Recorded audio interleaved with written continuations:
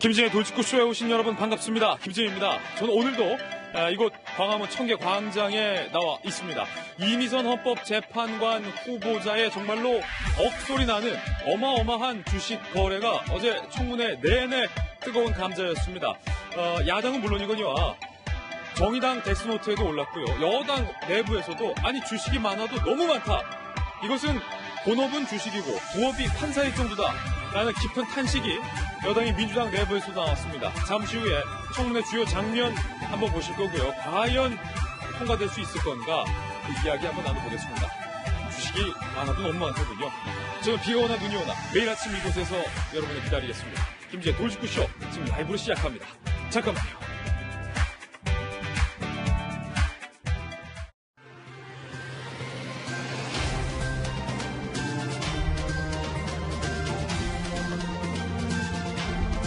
신문 읽어주는 남자입니다. 이 고위 공직자들의 정말로 억소리 나는 재산 때문에 평범한 서민들의 마음이 점점 멍들고 있는 것 같습니다. 수십억 부동산을 투기했다라는 의혹을 받고 있었던 청와대 대변인에 이어서 이번에는 5,500여 회의 주식 거래를 통해서 총 35억 원의 주식을 갖고 있는 판사님이 나왔습니다. 헌법재판소의 재판관까지 되려고 하는 판사님입니다. 동아일보입니다. 이미선 헌법재판관 후보자의 부부 이야기입니다. 주식거래가 총 5,500여 차례, 이 주식거래를 통해서 35억 원의 주식 투자에 성공을 했습니다. 이미선 후보자는 내가 한 거 아니다, 남편이 다 했다, 이른바 남편 탓을 했습니다. 어제 국회 법제사법위원회에서는 여야 할 것 없이 이미선 후보자에 대한 정말로 비판의 목소리가 터져 나왔습니다. 급기야 여당에서도 아니 남편 핑계대면 어떡하냐. 많아도 너무 많다 주식이. 한숨이 나왔습니다. 잠시 후에 그 이야기 직접 들어보겠습니다. 다음 신문입니다. 이번엔 경향신문인데요. 경향신문은 과연 무슨 제목을 뽑았을까요? 이미선 35억 주식 모두 남편이 했다. 남편 탓했다는 제목과 함께 여당에서도 또 인사참사라는 제목을 경향신문이 헤드라인으로 콕 뽑았습니다. 여당 내에서도. 그냥 인사참사가 아니라 또 인사참사. 급기야 정의당 내에서도 사퇴를 촉구하는 목소리가 나왔습니다. 정의당의 데스노트에도 올린 겁니다. 그럼에도 불구하고 청와대에서는 결격 사유로 보이지 않는다, 임명을 강행하겠다라는 방침을 고수하고 있어서 큰 파장이 일 것으로 보입니다. 잠시 후에 그 이야기도 나눠보겠습니다. 다음 신문입니다. 이번엔 조선일보입니다. 한미 정상회담의 일정이 공개가 됐는데 당초보다 수정이 된 부분이 있습니다. 도널드 트럼프 대통령과 문재인 대통령, 문 대통령과 트럼프 대통령 간의 단독 정상회담 시간이 확 줄었다는 거예요. 부부 동반 회담, 소규모 회담, 확대 회담 다 합쳐서 2시간. 민감한 북한의 비핵화를 과연 제대로 논의할 수 있을까라는 의문이, 걱정이 제기되는 시간이 제기가 되고 있습니다. 단독 정상회담에서 애초에는 트럼프 대통령과 문재인 대통령 두 사람만의 정상회담이었는데 이 부분이 부부회담으로 좀 바뀌었다는 겁니다. 이번 회담에서 정말로 중요한 논의들이 오고 가야 하는데 말입니다. 외교가에서는 반나절만 외교 활동을 하는 것은 초단기 정상회담이다 라는 이야기가 나오고 있습니다. 다음 신문입니다. 이번엔 한국일보입니다. 가수 로이킴이 어제 피의자 신분으로 경찰에 출석을 했죠. 국민들께 죄송하다라는 이야기를 했는데 미국의 조지타운 대학교, 그러니까 로이킴이 다니고 있는 그 조지타운 대학교에서도 로이킴의 음란물 유포 행위에 대해서 자체 조사에 착수를 했습니다. 조지타운대의 교칙에는 성적 학대가 금지되어 있다고 해요. 사안에 따라서 학생의 신분을 박탈하거나 출교 조치까지 내려질 수 있다고 하는데 조지타운대에서도 조사 뒤에 즉각 결과를 공개하겠다라고 겨루고 있습니다. 네, 이번엔 다음 신문입니다. 중앙일보입니다. 동네 의원에서 이 노인분들에게, 어르신분들에게 진료비를 할인해 주는 그 연령이 이제 65세에서 70세로 상향되는 것을 정부가 추진하고 있습니다. 더 이상 65세는 노인이 아니다. 정부는 이렇게 보고 있는 것 같아요.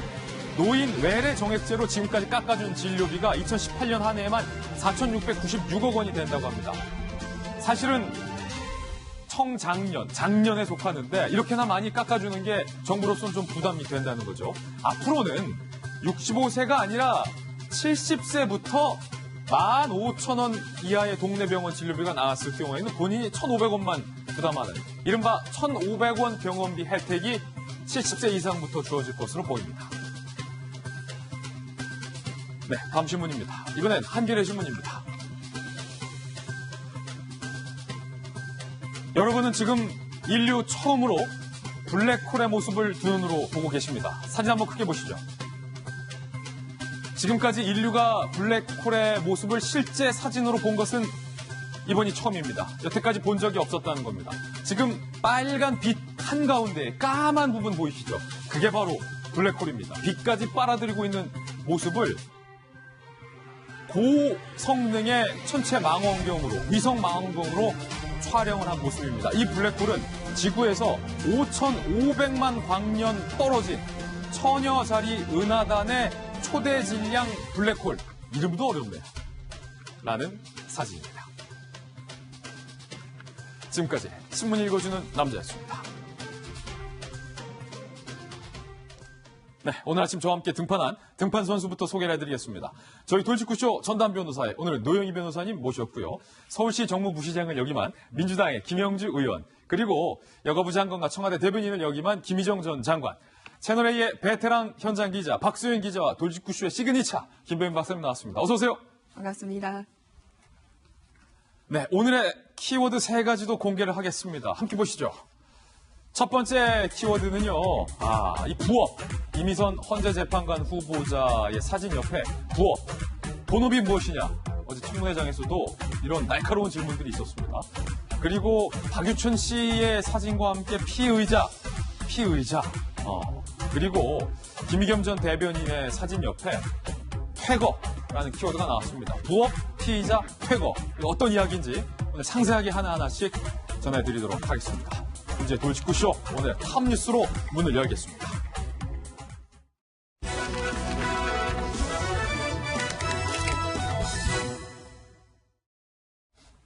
첫 번째 이슈부터 전격 공개를 하겠습니다. 바로 이겁니다. 총 5,500여 차례 이들 부부는 주식 거래를 했습니다. 그리고 주식으로 번 돈, 총 재산이 35억 원의 주식을 갖고 있는데 전체 재산의 무려 83%가 주식이었습니다. 본업이 무엇이냐? 어제 청문회장에서 이런 질문이 나왔습니다. 이미선 헌법재판관 후보자의 청문회 영상, 먼저 야당의 날선 비판부터 직접 들어보시죠. 2013년부터 2018년까지 법관으로 재직하면서 67개 종목에 376회에 걸쳐서 37만 3,403주의 주식을 거래합니다. 재판은 뒷전이고 어떻게 판사는 부업이 아닌가. 후보자는 재판 업무에 매진하면서 재산 문제를 전적으로 배우자에게 맡겼습니다. 나는 전혀 몰랐는데 남편이 내 도장 명의 가져가서 거래 트고 나 모르게 계속 거래했다. 지금 그렇게 국민들에게 말씀하시는 겁니까? 종목 선정과 수량 선정은 이제 배우자가 다. 나도 내 명의로 주식 투자가 되는 거는 알고 있고 동의했다는 말씀입니까? 네, 포괄적으로 동의를 했습니다. 본인 명의로 거래가 많이 돼 있잖아요. 1,300회나 돼 있잖아요. 부부 간에 어떻게 모를 수가 있어요. 상식적으로 생각해봐요. 상식적으로. 국민들이 부인한다고 그냥 믿겠습니까? 주식 너무 많잖아요. 네, 좀 많죠. 많습니다. 네. 차라리 네. 워런 버핏이나 조지 솔러스처럼 네. 주식 투자해서 남편하고 하는 게 더 낫잖아요. 왜 헌법재판관 내려 갔어요? 마지막에 박지원 의원은 차라리 헌법재판관 하지 말고 워런 버핏이나 조지 소로스처럼 주식 투자자로 나서지 뭐하러 여기 왔냐라고 날카롭게 묻기도 했습니다. 얼마나 주식이 많길래, 그리고 얼마나 주식 투자에 성공을 했길래 함께 보시죠.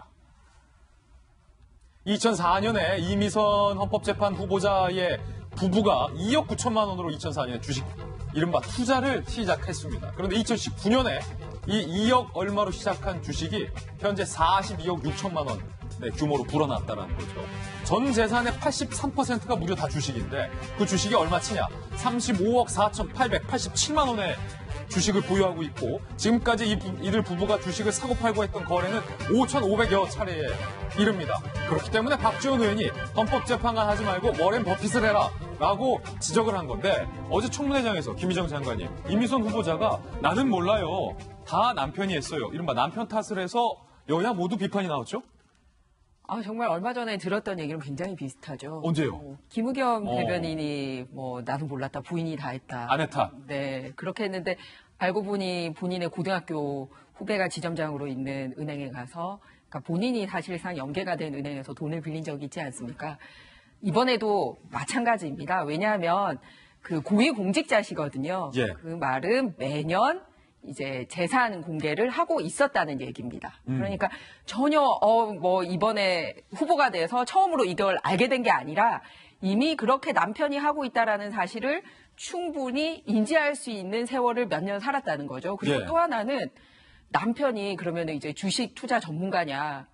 아니지 않습니까? 남편도 같은 판사로 공직에 있으셨던 분 아닙니까? 예. 사실은 그 관사에 살았던 김우겸 대변인도 관사의 삶으로서 공직자가 아니었던 부인도 이렇게 한 번도 옷깃을 여미게 되잖아요. 마찬가지로 지금 이미선 후보자 같은 경우가 부부가 다 판사였기 때문에 이 판사 윤리 강령이라든지 이런 부분에 대해서는 다른 여타 부부들보다도 훨씬 더 그 조직의 분위기라든지 이런 거를 더 잘 아는 부분이라고 생각을 합니다.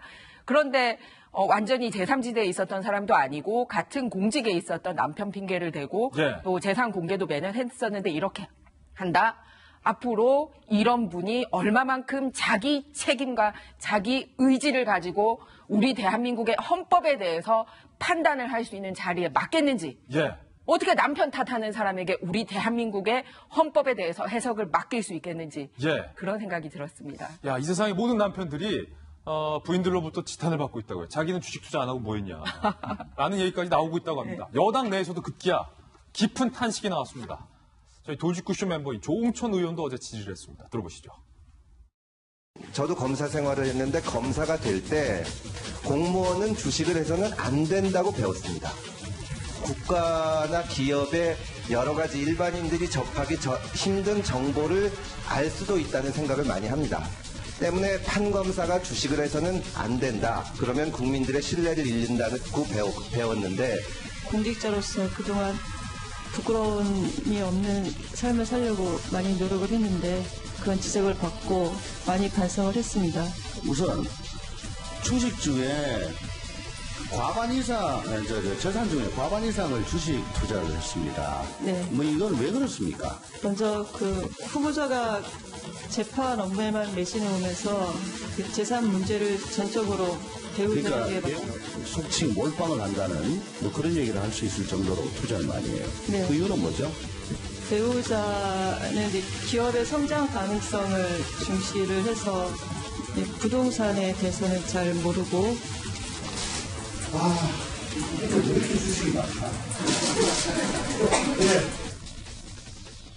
종천 의원의 깊은 한숨과 탄식이 여당인 민주당의 심정을 잘 대변해 주는 것 같습니다. 금태섭, 조홍천 두 분 모두 다 이미선 후보자 부부의 주식 거래에 대해서 강하게 비판을 했는데 이번에 두 번째 해명은 남편 탓을 하면서 남편이 판사였기 때문에 부동산에 대해서는 잘 몰라서 부동산 투기는 참아 못했고 그래서 주식으로 많이 거래를 했다라고 해명을 했어요. 네, 그렇습니다. 부동산을 잘 몰랐으니까 다행이지 부동산까지 알았으면 진짜 난리 났을 네, 난리 났을 것 같은데 부동산을 잘 몰라서 주식 투자를 했고 그 주식 투자를 한 결과 2억 9천만 원으로 시작한 재산이 42억이 됐습니다. 예. 20배를 튀겼거든요.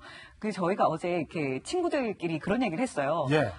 이런 남편이 있으면 정말 좋겠다. 그러니까 이래서 우리 남편들이 힘들어진다는 거예요. 그러니까요. 나 몰래 주식을 해서 돈을 이렇게 불려오는 남편이 있으면 아내 몰래. 네, 얼마나 좋을까요? 근데 저 주변에는 거의 다 남편이 몰래 그냥 투자했다가 다 말아먹어가지고 망해서. 다 망하는 그런 사람들이 오히려 더 많지. 오히려 더 많죠. 이렇게 20배를 튀겨서 재산을 증식하는 경우는 굉장히 드문 경우 아니겠어요? 이럴 경우에는 당연히 혹시 내부 정보를 이용한 것 아니냐라는 의혹이 당연히 들 수밖에 없습니다. 네. 그래서 단순히 주식이 많다는 것만 문제가 되고 있지 않습니다. 구체적인 의혹이 크게 두 가지인데요. 살펴보시죠.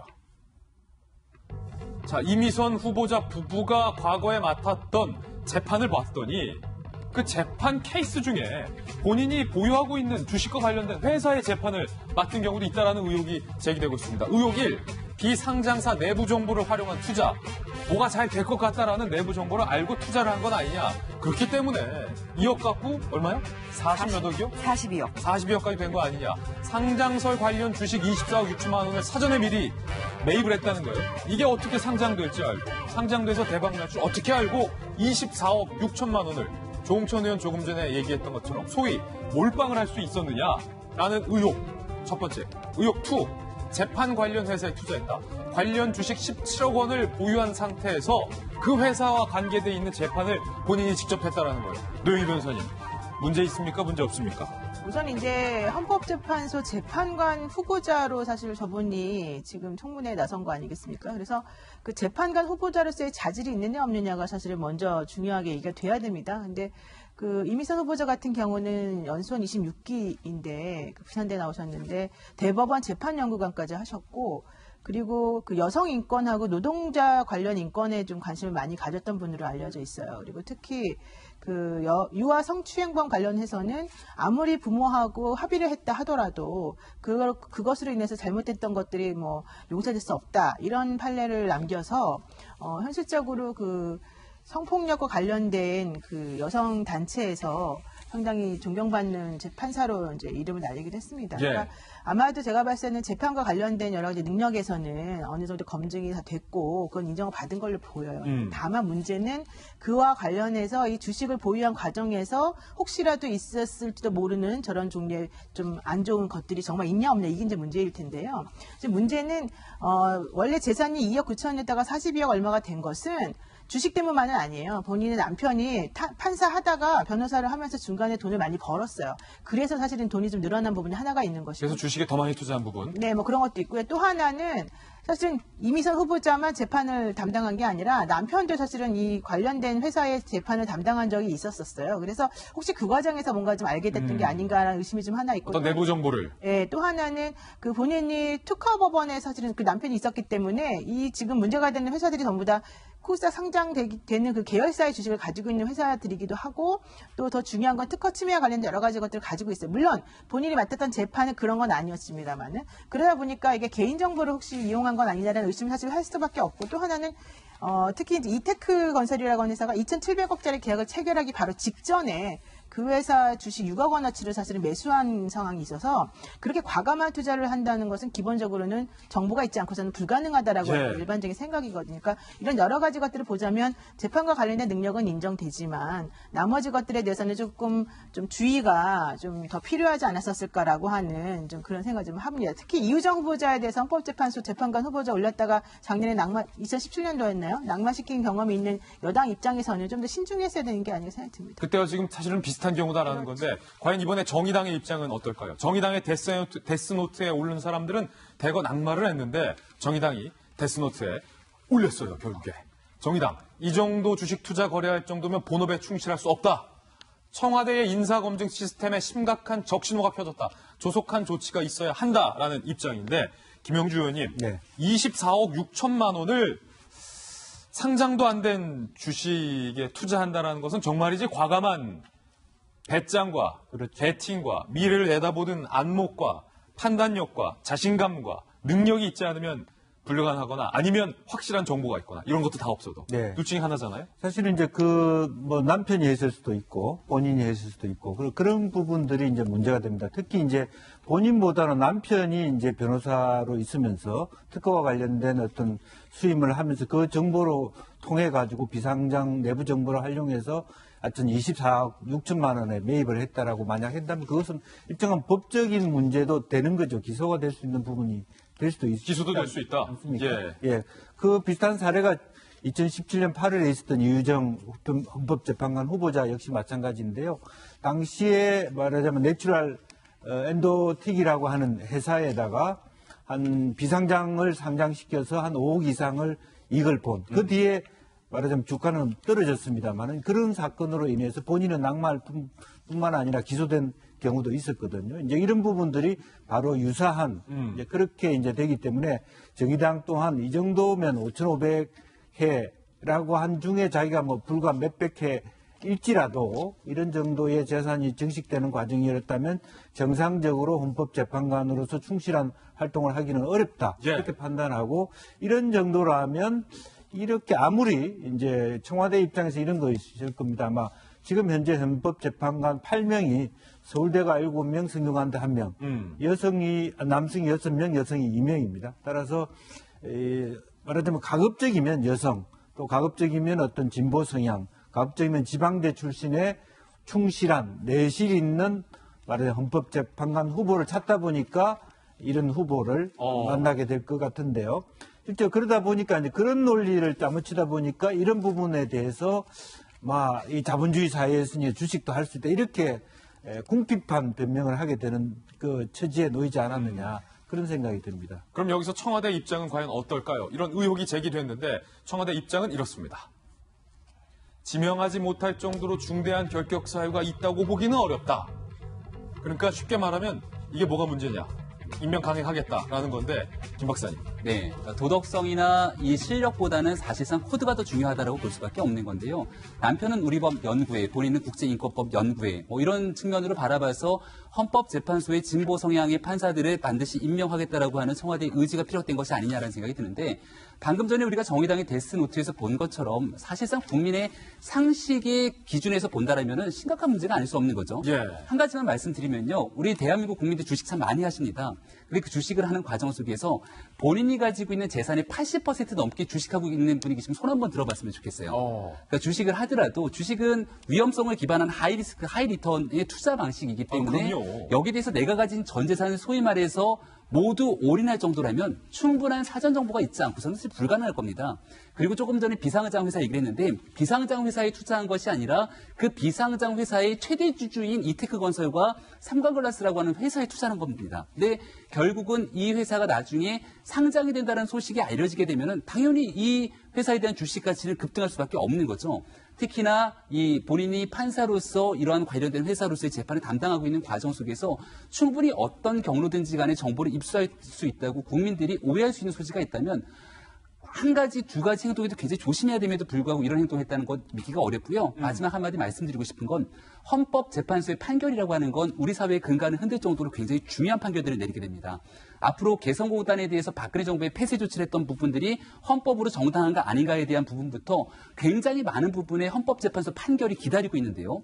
지금 나오고 있는 이미선 후보자가 그동안 보여줬던 도덕성이라든지 국민의 신뢰적인 관점에서 봤을 때 이런 부분을 사치하고 청와대가 인사를 강행하게 되면 헌법재판소의 판결에 대해서 국민들의 신뢰가 무너질 수 있습니다. 그렇다면 과연 청와대의 인사검증, 인사추천 시스템은 정당하게 돌아가는지를 묻지 않을 수 없고 마지막 최종 판단은 청와대가 알아서 할 거라고 생각합니다. 예, 과연 청와대가 이미선 후보자의 임명을 강행할 것인지 아니면 자진 사퇴하거나 임명을 철회할 것인지 그 결과가 어떻게 될지도 계속해서 주목해 보겠습니다. 이번엔 저희가 준비한 두 번째 이슈를 공개하겠습니다. 남양유업 창업자의 외손녀로 알려진 황하나 씨에게 특정 연예인 A씨가 마약을 강요했다.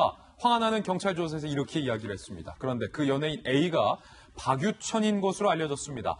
박유천 씨가 나는 결단코 마약을 하지 않았다라고 자처해서 기자회견을 했습니다. 그 연예인 A씨가 나다라고 밝히면서 말입니다. 직접 들어보시죠. 저는 결코 마약을 하지 않았습니다. 황하나가 마약 수사에서 연예인을 지목했고 약을 권유했다고 하는 내용을 보면서 그게 저를 오해받을 수 있다는 생각에 너무나 무서웠습니다. 나는 결코 마약을 하지 않았는데 나는 이렇게 마약을 한 사람이 되는 건가 하는 두려움도 휩싸였습니다. 아니라고 발버둥 쳐도 분명히 나는 그렇게 돼버릴 수밖에 없을 거다라는 공포가 찾아왔습니다. 제 앞에서 마약의 전과가 있다거나 불법적인 약을 복용 중이라는 이야기를 한 적 없습니다. 저도 기사로 접하고 많이 놀랐고 안타까운 마음이 들었습니다. 하지만 마약을 한 적도 없고 권유한 적은 더더욱 없습니다. 사실 경찰에서 저 연예인이 박유천이다라는 이야기는 하지 않고 있었던 상황에서 박유천 씨가 스스로 기자회견을 자청을 한 건데요. 황하나가 경찰 조사에서 이렇게 이야기했기 때문입니다.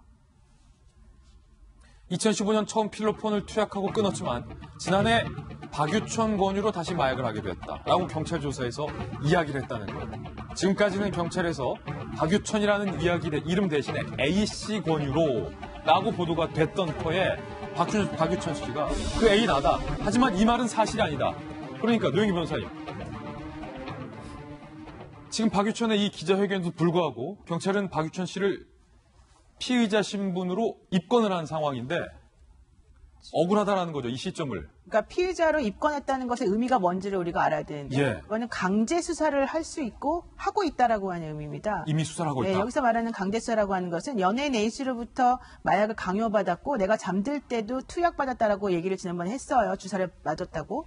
그 얘기를 듣는 순간 경찰에선 이미 박유천 씨로 지목을 하고 박유천 씨와 관련된 통신기록 감청을 시작을 했다라는 얘기고요. 그리고 또 하나는 당시에 황하나 씨의 동선을 추적을 해서 황하나 씨와 박유천 씨가 같이 만났거나 같이 움직였을 만한 장소의 CCTV를 지금 거의 다 수거를 해서 확인을 했다라는 얘기가 나왔습니다. 그래서 아마도 어느 정도까지는 지금 조사가 정리가 되고 있는 것으로 얘기가 되고 있고요.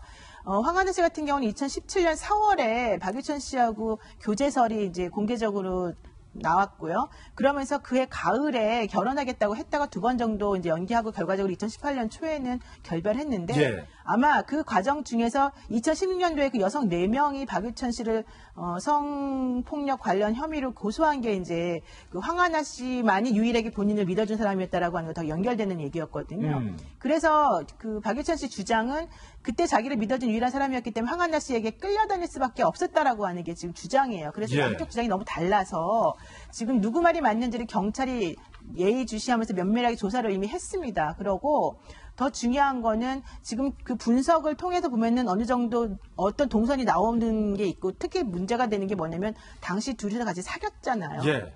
그러면 같이 있는 시간이 많아요. 그리고 같이 특히 황하나 씨가 2017년 9월 달에 마약을 했다라고 필로폰 했다라고 하는 얘기가 계속 나왔기 때문에 그와 2015년 가을에 나왔었고 2018년에 나왔었는데 아마 그 중간에도 했었을 가능성이 조금 있어 보여서 그때 어떤 식으로 했는지에 대해서 지금 이 시나리오를 지금 사실은 좀 만들어 놓고 있는 중이다. 이런 정도까지 지금 얘기가 나오고 있습니다. 그렇다면 박유천의 기자회견에도 불구하고 경찰이 피의자 신분으로 입건을 했다는 것은 그렇죠. 황하나가 과거에 마약을 했었던 그 특정된 장소에 박유천 씨가 과연 같이 그 장소에 있었다라는 물증을 어느 정도 경찰이 찾고 있다는 의미다. 그렇죠. 왜냐하면은 지금 필로폰을 했다는 얘기는 사실은 중독성이 강하다는 얘기예요. 우리가 대마 같은 걸 할 때는 중독성이 이렇게 강하지가 않지만 필로폰은 중독성이 강해서 본인이 어느 정도 참을 수는 있겠지만 이게 계속해서 완전히 끊을 수는 없는 부분이 있거든요. 예. 그러다 보니까 황하나 씨도 나도 어쩔 수 없이 끌려들었다는 얘기를 했고 양쪽 다 마찬가지 얘기를 하는데 지금 단순히 참고인으로 보지 않고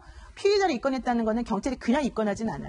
그러니까 그런 부분에 있어서는 사실 박유천 씨 입장에서는 좀 불리한 상황인데 그렇다 하더라도 보시면 알겠지만 필로폰 같은 경우는 모바일 검사를 통해서 특히 이제 많이 나오는데 이게 아무리 많이 나와봤자 6개월 정도 이후 거는 안 나와요. 그래서 현실적으로 그런 종류의 모발이나 소변 검사를 통해서 확인되지 않는 이상은 예. 직접적으로 했다라고 하는 것도 확인할 수가 없잖아요.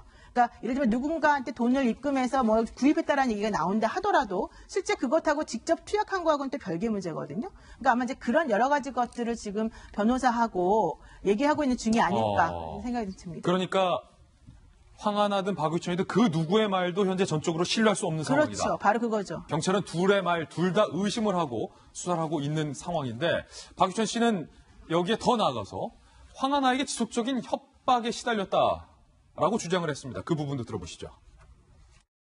결별 후에 저는 황하나에게 협박에 시달렸지만 그래도 그 사람은 제가 정말 힘들었던 2017년 그 시기에 제 곁에서 저를 좋아해 준 사람이기 때문에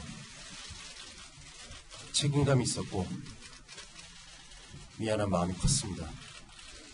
그렇기 때문에 헤어진 이후에 불쑥 연락을 하거나 집으로 찾아와서 하소연을 하면 들어주려 하고 매번 사과를 하고 마음을 달래주려고 했습니다. 그럴 때면 너무 고통스러웠고 저는 처방받은 수면제를 먹고 잠이 든 적이 많았습니다. 그런 제가 그 모든 노력이 물거품이 되는 마약을 생각하거나 복용했다는 것은 정말 상상할 수도 없는 일입니다. 저는 경찰서에 가서 성실히 조사를 받겠습니다. 박유천 씨가 황하나 씨로부터 계속 협박을 당했다. 헤어짐 이후에 라고 주장을 했는데 저희 채널A가 취재를 한 것 중에 황하나 씨가 과거에 올렸던 글을 취재했는데 그 글을 올렸던 내용과 시점이 어떻게 됩니까? 네, 그렇습니다. 지금 박유천 씨 같은 경우는 어제 기자회견을 통해서 올 초까지 만났다 이런 얘기를 한 거죠. 그런데 올 초, 그러니까 지난 2월 말에 황하나 씨가 SNS에 글을 하나 올립니다. 이 글이죠? 네, 그렇습니다. 황하나 씨 같은 경우는 그 전에 SNS에 뭐 패션이나 자신이 공동구매를 추진하는 물건들을 주로 올렸는데 굉장히 장문의 글이 갑자기 올라온 거죠. 내용이 이렇습니다. 남자 잘못 만나서 별일 다 거는다. 나도 실수한 부분이 있지만 너도 많지. 성매매, 강아지 학대, 여자 폭행, 사기 등등이라고 하면서 올렸고요. 그러면서 이제 언급을 하는데 그 내용을 보면 나를 가해자로 만들려고 더러운 자작극을 꾸미고 있다. 이런 얘기를 하고 있고요. 그리고 내 뒤통수를 쳤다라면서 굉장히 격앙된 어조로 얘기를 하고 있습니다. 마치 황하나 씨가 박유천을 염두에 두고 쓴 글인 것처럼. 네, 보시면 또 그 내용 중에 그런 얘기가 나와요. 뭐 회사, 매니저 등이 작전을 짰다 이런 얘기를 하면서 매니저까지 불러서 잘못을 저지르고 도망가고 뭐 이런 내용이 나오면서 겨냥한 상대가 연예인이라는 것을 시사를 합니다. 이런 걸 보면서 이 사람들은 대부분 아마도 자신과 과거에 그 약혼을 했던 박유천 씨를 겨냥한 것 아니냐라는 얘기를 했었고요. 그 황 씨 같은 경우에는 검찰에서 올 초에 이 박유천 씨와 함께 마약을 투약했다라고 진술을 했죠. 그러니까 아마 이 시기에 올 초라고 하는 이 시기에 양측에서 이런 문제를 두고 미리 좀 문제가 있었던 거 아니냐 이런 추측이 가능한 상황입니다. 예, 이 글을 쓴 시점 자체가 황하나 씨의 어떤 마약을 했던 시점과 묘하게 앞뒤가 좀 연관돼 있다라는 건데 이 글의 진실성 여부도 사실은 현재로선 누구 말이 맞는지 장담할 수 없는 상황이기 때문에 경찰이 현재 수사를 하고 있는데 어찌됐든 김배민 박사님 두 사람의 주장이 지금 너무 극과 극이에요. 그러니까 과거에 보면은 사실 박유천 씨가 굉장히 사회적 물의를 일으키고 나서 황하나 씨와 약혼 결혼한다는 소식이 전해지니까 당시만 하더라도 황하나 씨는 이 재벌의 외손녀로 알려져 있었기 때문에 아니 뭐가 아쉬워서 도대체 이런 일을 할까라고 대중의 일부 여론이 있기도 했습니다. 박유천 씨가 본인이 얘기하고 있었던 것처럼 그 당시에 가장 힘들었을 때 내 곁을 지켜줬기 때문에 고마웠다라는 얘기를 하게 되는데요. 그 이후로 두 사람이 결별 소식이 전해지고 나서 무슨 이유 때문에 헤어지게 됐는지 도대체 누구 때문에 헤어지게 됐는지에 대한 원인은 명확하게 밝혀지지가 않았거든요. 근데 지금 보게 되는 박유천 씨의 설명을 보게 되니 결과적으로 박유천 씨가 먼저 헤어지자고 한 것이 아닌가라는 얘기를 충분히 추정할 수가 있거든요. 그리고 나서도 수차례 찾아와서 여러 가지 내용들을 호소했을 때 본인이 달래주려고 노력을 했다라고 이야기가 전해져 있지 않습니까? 근데 지금 와서 보게 되면 왜 두 사람이 만나고 헤어졌는지에 대한 경위에 대한 부분들도 나옵니다만은 명확하게 우리가 좀 봐야 되는 것은 황하나 씨가 그로 인해서 박유천 씨에 대한 불평과 굉장히 안 좋은 감정을 가지고 있을 수 있다라는 것이고 그로 인해서 지금 마약에 관한 거의 모든 혐의들을 가지고 수사를 받게 되는데 여기에 만약 박유천 씨가 마약에 같이 개입이 돼 있다라면 황하나 씨 입장에서 전혀 보호해주거나 비호해줄 필요가 없는 거죠. 그래서 그런 측면에서 박유천 씨에 대한 내용들을 자칫 잘못 해석하면 박유천 씨에게처럼 음해한다고 볼 수도 있는 것이고 황하나 씨 입장에서 봤을 때는 여기에 대한 사건의 진실은 나에게만 해당되는 것이 아니기 때문에 역으로 경찰에서 있는 그대로를 얘기했을 수도 있는 겁니다. 따라서 경찰의 조사 결과 아마 모든 것들이 밝혀지라고 보는데요. 황하나 씨와 박유천 씨가 통화했던 기록이라든지 메시지를 주고받았던 거 이런 것들을 아마 황하나 씨가 다 가지고 있을 것 아니겠습니까? 그럼 이런 내용들을 바탕으로 조금 더 면밀하게 수사를 하게 되면은 사건에 대한 진실을 아마 어렵지 않게 밝힐 수 있지 않을까 생각이 됩니다. 좀 전에 아까 이제 말씀하신 것처럼 SNS에 글을 올렸잖아요. 2월 28일 경에. 그때 뭐라고 했냐면 어제 내가 마지막으로 기회를 줬었다라는 글을 썼어요, 같이. 어제 내가 마지막으로. 네, 그러니까 2월 28일이면 2월 17일 정도에 이제 뭔가 둘 사이에 큰일이 있었던 거죠. 그런데 오늘 나 이렇게 뒤통수를 치냐. 그러면서 이제 격앙해서 글을 올린 것이기 때문에 그때를 기준으로 해서 양 당사자 간의 통신 기록이나 그런 그 동선 같은 걸 분석해 보면 누구 말이 맞는지가 사실 어느 정도 윤곽이 나올 수 있을 거고 또 하나 중요하게 말했는데 그동안 그 사람에게 당한 여자들은 대부분 경제적으로 어려운 여자들이었기 때문에 다 당했다. 그러나 나는 절대 그렇지 않기 때문에 당하지 않을 것이다. 이런 얘기도 같이 썼어요. 그런 글도 올렸다. 예, 그러니까 박유천 씨가 4명의 여성으로부터 뭐 성폭력 관련된 혐의를 받았음에도 무죄를 받았잖아요. 그의 무혐의와 무죄를 받은 이유 중에 하나가 여자들이 돈이 없고 처지가 열악했기 때문이다. 이런 얘기를 했단 말이죠. 그러니까 본인은 절대 그렇지 않기 때문에 내가 너를 같이 끌고 들어갔다 이런 얘기를 하고 있으니까 이게 정말로 양쪽의 것을 확인을 해보면 좀 깨끗하지는 않겠지만 어쨌든 간에 어느 정도는 진실이 좀 밝혀질 것 같습니다. 예, 이번에는 로버트 할리 씨 소식입니다. 필로폰을 투약한 혐의로 경찰에 긴급 체포됐던 로버트 할리에 대해서 경찰이 구속영장을 청구했는데 그 구속영장이 기각됐습니다. 구속영장이 기각되면서 풀려난 로버트 할리 씨의 모습과 발언 들어보시죠. 제가 그동안 저를 지켜주신 가족, 친구, 그리고 국민 여러분들에게 죄송하다는 말씀 드리고 싶습니다.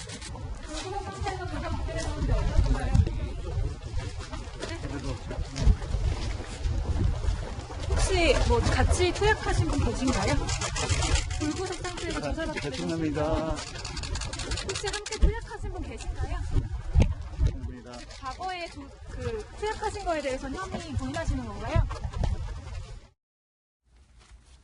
로버트 할리 씨에 대해서 증거 인멸의 우려가 없고 도주의 우려가 없다. 그리고 깊이 반성하고 있다라는 이유로 영장이 기각되고 집으로 귀가를 했습니다. 이제 불구속 상태에서 수사를 받게 된 건데 어제 저희 채널A가 단독으로 보도해드린 내용 중에 이번 로버트 할리 씨의 마약 투약 혐의와 관련해서 외국인 공범이 있는 것이 아니냐.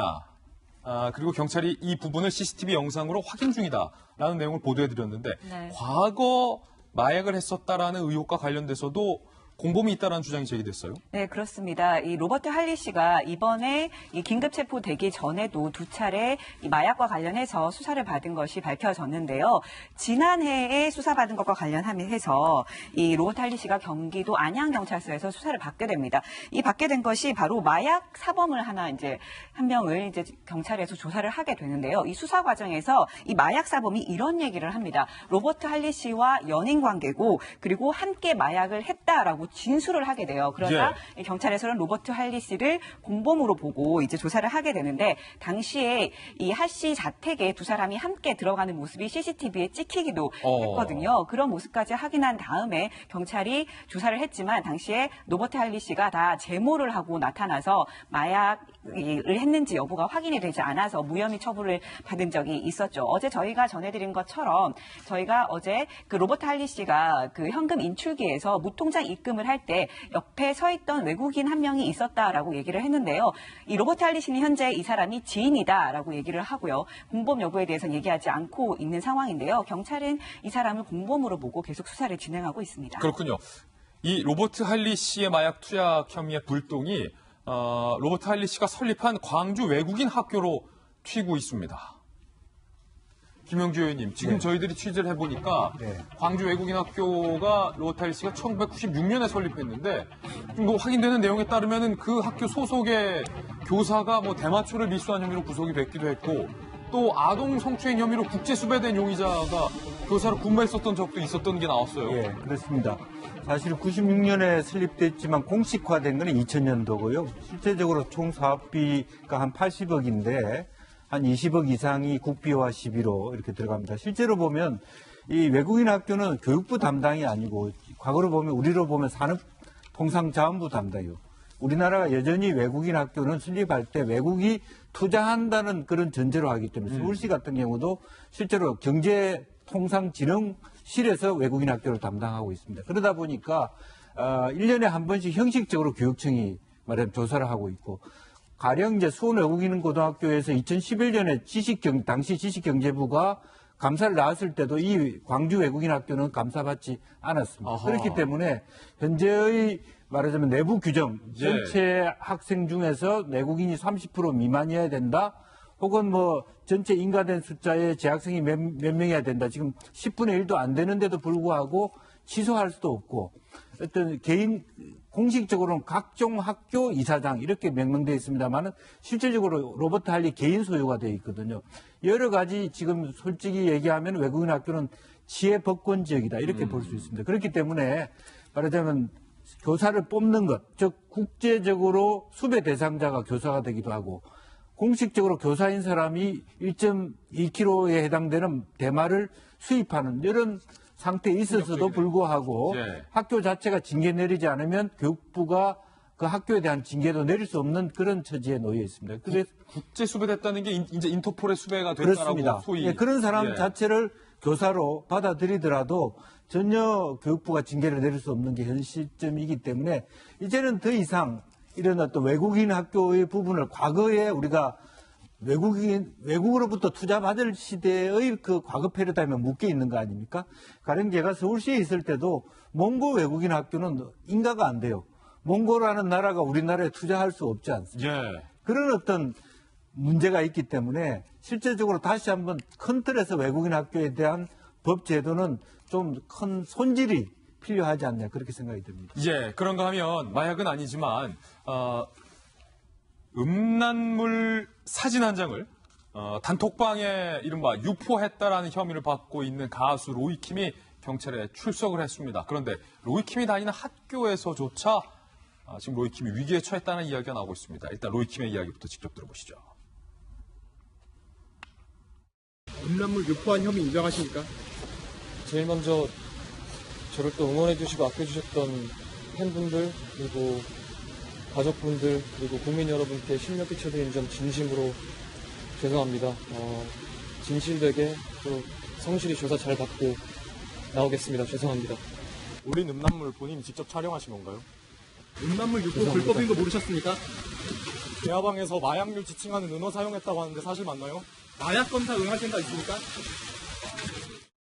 로이킴 엄친아로 알려졌었죠. 예. 그러니까 조지타운 대학교 경영학과에서 공부도 굉장히 잘하면서 또 중간중간 학교 실을 때는 한국에 와서 또 이렇게 일반 대중들에게도 또 알려져 있고 또 아버지도 학계에 계신 걸로 알려져 있고 해서 그래서 더 충격적인 것 같습니다. 그런데 지금 핑계대는 게 그냥 유통만 했다. 그리고 본인이 촬영한 거에 대해서는 현재 부인을 하고 있는데 유통한 것도 굉장히 위험한 짓이라는 것을 한 번 더 얘기를 하고 싶습니다. 예. 왜 잊혀질 권리 이런 것 때문에 사실은 그 자살을 시도하는 사람들도 굉장히 많았고 한번 모르던 사진을 돌리는 거에 대해서도 망법상 현재 위반입니다. 그런데 더 큰 범죄를 감추기 위해서 그 정도는 했다고 시인하는 게 아닌지 그걸 굉장히 안타깝게 생각을 하고 있습니다. 근데 제가 오늘 저희 지금 쭉 토론하는 것 중에 이 성폭행 관련된 것과 마약 관련된 것 중에 하나 조금 본질을 짚고 갔으면 하는 게 뭐냐면 누가 마약했다더라, 누가 성폭력 범죄했다더라 이게 중요한 게 아니라 사실은 이 과정에 있어서 경찰하고의 유착이 있었냐. 그다음에 두 번째 왜 이렇게 처벌이 안 되냐 이거였거든요. 예. 그래서 제가 마약 관련돼서 조금 덧붙이자면 정말 안타까운 게 우리나라가 마약 청정국 지위를 이미 잃었다고 합니다. 인구 10만 명당 20명 미만이 돼야 되는데 벌써 10만 명당 28명이 돼서 마약 청정국이 아니라고 하는데도 그 마약 사범 중에 40%가 집행유예로 풀려난다라는 놀라운 결과가 발표가 됐습니다. 이렇게 그 중독성이 있는데도 이런 일이 있다 보니 앞으로도 이런 뉴스가 끊이지 않겠구나라는 걱정이 드는 게 사실이라서 이번 기회에 확실하게 처벌이 되는지 그거를 국민들이 지켜볼 예정입니다. 예, 로버트 할리 씨, 로이킴 씨, 그리고 황하나 씨와 박유천 씨와 관한 이야기 전해드렸습니다. 이번에 저희가 준비한 세 번째 뉴스입니다. 신청 기록이 없는데 유공자가 된 손혜원 의원의 부친과 관련된 새로운 의혹과 새로운 이야기가 오늘 나왔습니다. 그간에 손혜원 의원의 경우 전화로 유공자를 신청 접수했다라는 이야기가 나와서 그것도 특혜 아니냐. 남들은 다 서류 갖춰서 방문해서 제출하는데 전화만으로 유공자가 신청 접수된 것도 특혜 아니냐라는 이야기가 나왔는데 이제는 그 전화로 신청했다라는 기록도 없다라는 의혹이 제기된 겁니다. 과거 손혜원 의원의 아버지와 관련된 발언부터 직접 들어보시죠. 제 아버지 얘기를 갖고 그 기사로 만든 사람들에 대해서는 말하고 싶지 않습니다. 그 돌아가신 지 20년이 된 아버지, 그 독립운동을 했다는 이유로 평생을 그런 불이익을 받고 다시 산 아버지에 대해서 얘기하고 싶지 않고요. 이거는 보훈처를 통해서 들으십시오. 보훈처를 통해서 들어라. 답변하지 않겠다. 기자들에게 보인 손혜원 의원의 태도인데요. 오늘 새로운 의혹은 바로 이겁니다. 손혜원 의원의 부친이 신청 기록도 없이 유공자에 선정됐다라는 의혹이에요. 국가보훈처에서는 여태까지 전화로 포상 신청 접수했다라고 이야기를 밝혔는데 오늘 취재된 내용에 따르면 당초 전화로 신청받고 심사해왔던 것으로 알고 있었는데 담당자가 기록조차 남기지를 않았다. 그리고 지금 현재 보훈처를 압수수색하고 있잖아요. 보훈처를 수사하고 있는 수사기관에 따르면 기록만 남기지 않았던 것뿐만 아니라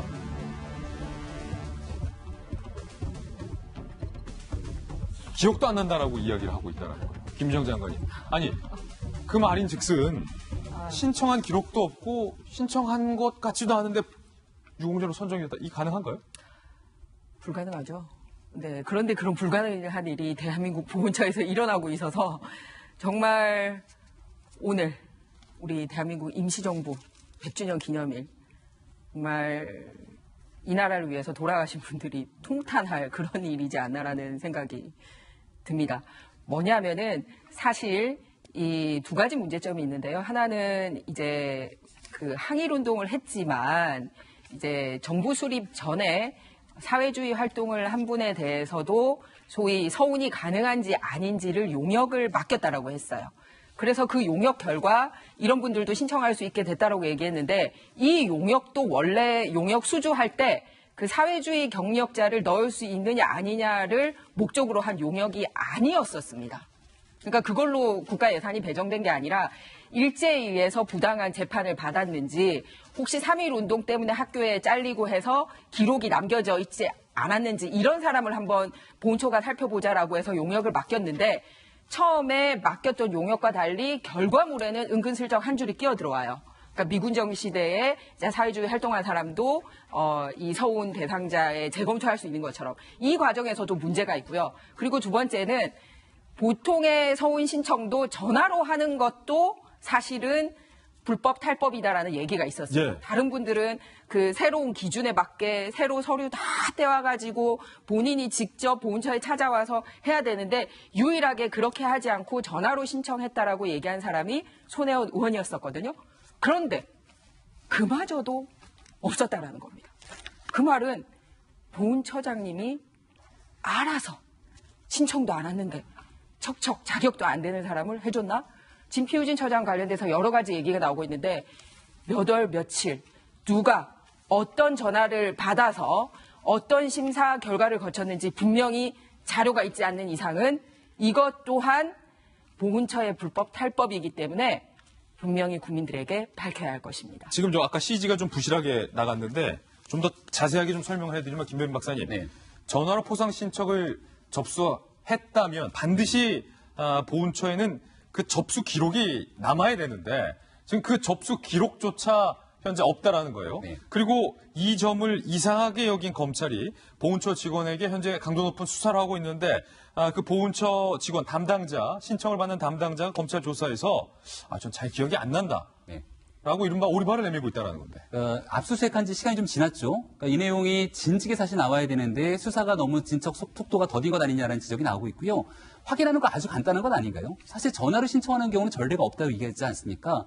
손혜원 의원 측에서 전화로 신청했다고 하니까 누가 어떤 전화로 어디에 신청했는지 확인하면 될 거 아닙니까? 통신 기록이라는 게 조회가 가능할 거예요. 그렇다면 국가보훈처에 전화로 통화했던 내용들에 대한 기록을 확인해 보면은 통신 기록 조회를 통해서 손혜원 의원 가족 중에 누군가가 어떤 전화기로 국가보훈처 어디에 전화했는지 기억이 나지 않더라도 기록을 조회하면 다 나올 것 아니겠습니까? 이런 간단한 내용에 대한 확인을 통해서 얘기가 충분히 확인이 가능함에도 불구하고 왜 이런 것들에 대한 보도가 나오지 않는지에 대해서 저는 좀 궁금한 대목이 있는 거고요.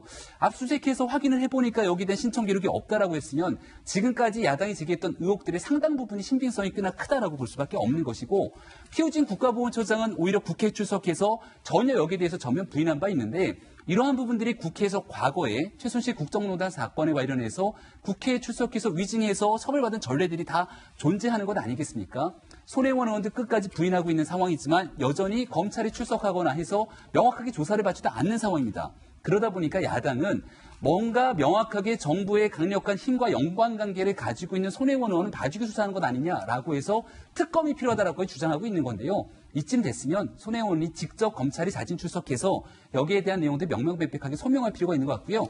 한 가지만 얘기하시면 됩니다. 누가 어떤 전화로 국가보훈처 어디에 전화로 접수했는지 손혜원 의원은 지금 밝히면 되는 일이겠죠. 예. 그런가 하면 김의겸 전 대변인 또 다른 특혜를 받았다라는 의혹을 받고 있는 김의겸 전 대변인의 건물과 관련돼서 동작구청이 불법 증축된 건물에 대해서 철거를 하라라는 명령을 내린 것으로 확인이 됐습니다. 김의겸 흑석동 상가에 불법 중축 시설물이 3곳이 있다는 거예요. 옥상과 그 옥상에 있는 저거잖아요. 옥탑방. 그거 불법이란 거죠. 건물 뒤편에 이제 기역자로 된 시설물, 그리고 1층 출입구의 차각막 3곳이 모두 불법 증축됐다. 동작구청은 5주 내에 없애라. 그렇기 때문에 김기겸 대변인은 지금으로부터 5주 안에 자진 철거를 해야만 하는 상황에 처한 거죠, 박정 기자. 네, 그렇습니다.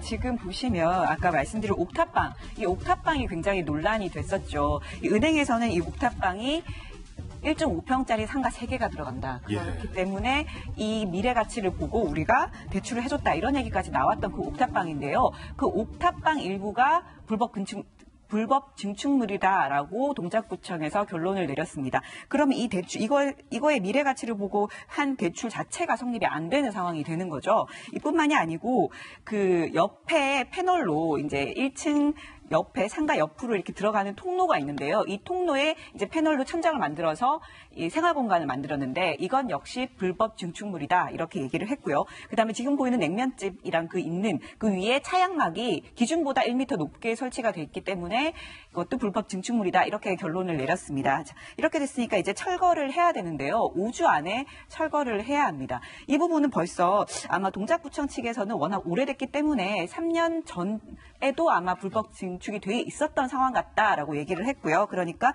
김의겸 대변인이 전 대변인이 사기 이전부터 불법 증축이 돼 있었던 것 같다라고 얘기를 한 상황이고요.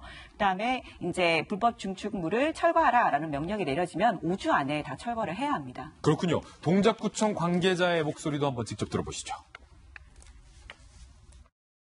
옥상에다가 그러면서 참고로 지금 고객분들 어떤 농사를 대응하기 위해서 만들어 놓은 거는 폐기하고요. 철거 안 하고 계속 갖고 있으면은 2차분을 부가일부하고 금전적으로 이제 부담을 주는 거죠. 이게 불법 건축물인 것을 과연 김기겸 전 대변인이 몰랐을까? 은행은 이 사실을 몰랐을까? 여러 가지 궁금증이 있는데 이거 자진 철거 안 하면 어떻게 되는 겁니까? 일단 고지를 한 번이나 두 번 정도 더 하게 되고요. 그리고 그래도 안 하면은 이행강제금을 부과해서 강제적으로 조금 압박을 합니다. 그런 다음에도 안 하면 대집행이라고 해서 구청에서 직접 나와서 철거를 하고 거기에 대해서 돈을 물게끔 하는 식으로 하는데 그렇게 대집행까지 가는 경우는 거의 없고 기본적으로는 고지를 하면 알아서 좀 처리하는 방식 또 그렇지 않으면 계속해서 과태료가 부과되기 때문에 좀 힘들죠, 사실은. 요즘에는 어쨌든 인공위성으로 위에서 사진을 찍지 않습니다. 아, 이미? 예. 그렇기 때문에 이것은 각 구청이 그런 부분에 대해서 여과 없이 그런 것을 잘 밝혀냅니다. 그래서 이 건물뿐만 아니라 이거는 이제 사실은 뒤늦게 이렇게 나오는데 이미 아마 이런 부분들이 있었어야 되는 거 아닌가 저는 그렇게 생각이 듭니다. 예. 김기겸 전 대변인과 또 손혜원 의원 이 두 분의 특혜 의혹과 관련된 뉴스 보도를 해드렸습니다. 이번엔 저희가 준비한 다음 순서입니다. 오늘의 하풀 시간인데 오늘은 하풀 특집으로 준비를 해봤습니다. 특집답게 하풀 후보자가 무려 6명이 오늘은 등장을 했습니다. 이례적인 역대 최대 규모 하풀 특집 하풀 6인방을 공개하겠습니다. 요즘 참 벚꽃 만발, 벚꽃 시즌입니다. 벚꽃 하니까 또 제대로 좀 아직 좀 취재하느라 벚꽃도 구경을 못했는데 추우니까 벚꽃 지기 전에 우리 시청자분들 벚꽃 구경하시기 바라겠습니다. 첫 번째 하풀 주인공은 벚꽃인데 벚꽃 알바라는 얘기가 나와요. 24시간 환영. 이거 좀 수상해요. 벌써 수상해. 그리고 두 번째 굉장히 지금 금전들이 많이 쌓여 있고 한 인물이 굉장히 성공한 듯한 모습을 보이고 있습니다. 어떤 사연일지요. 세 번째 하풀 주인공은 오랜만에 우리 돌직구 하풀에 나왔네요. 원희룡 제주지사 나와 계시고요. 그리고 네 번째 하풀 주인공은요. 지금 웬 CCTV의 어두운 2인조 모습이 보입니다. 그리고 다섯 번째 주인공은 윤장현 전 광주시장. 그리고 마지막 6번째 하풀 주인공은 황교안 당대표와 이낙연 국무총리. 요즘 이 총리가 거의 각 총리다. 많은 사람들에게 사랑받고 있는데 오늘 하풀은 각 총리 어떤 사연일지 하나하나씩 전해드리겠습니다. 첫 번째 하풀 만나보시죠.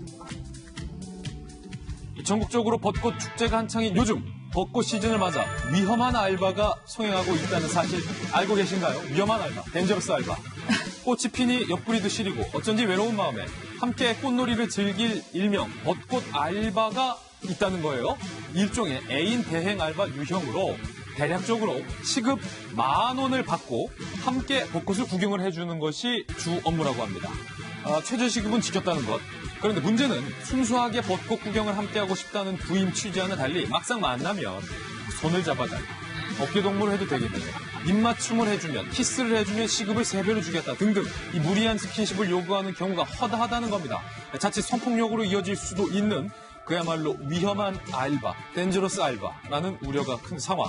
이성 친구를 만날 여유도 의욕도 없다 보니 사랑의 영역까지 금전화시키는 우리네 청춘들의 씁쓸한 현실이다라는 또 다른 시각도 나오고 있습니다.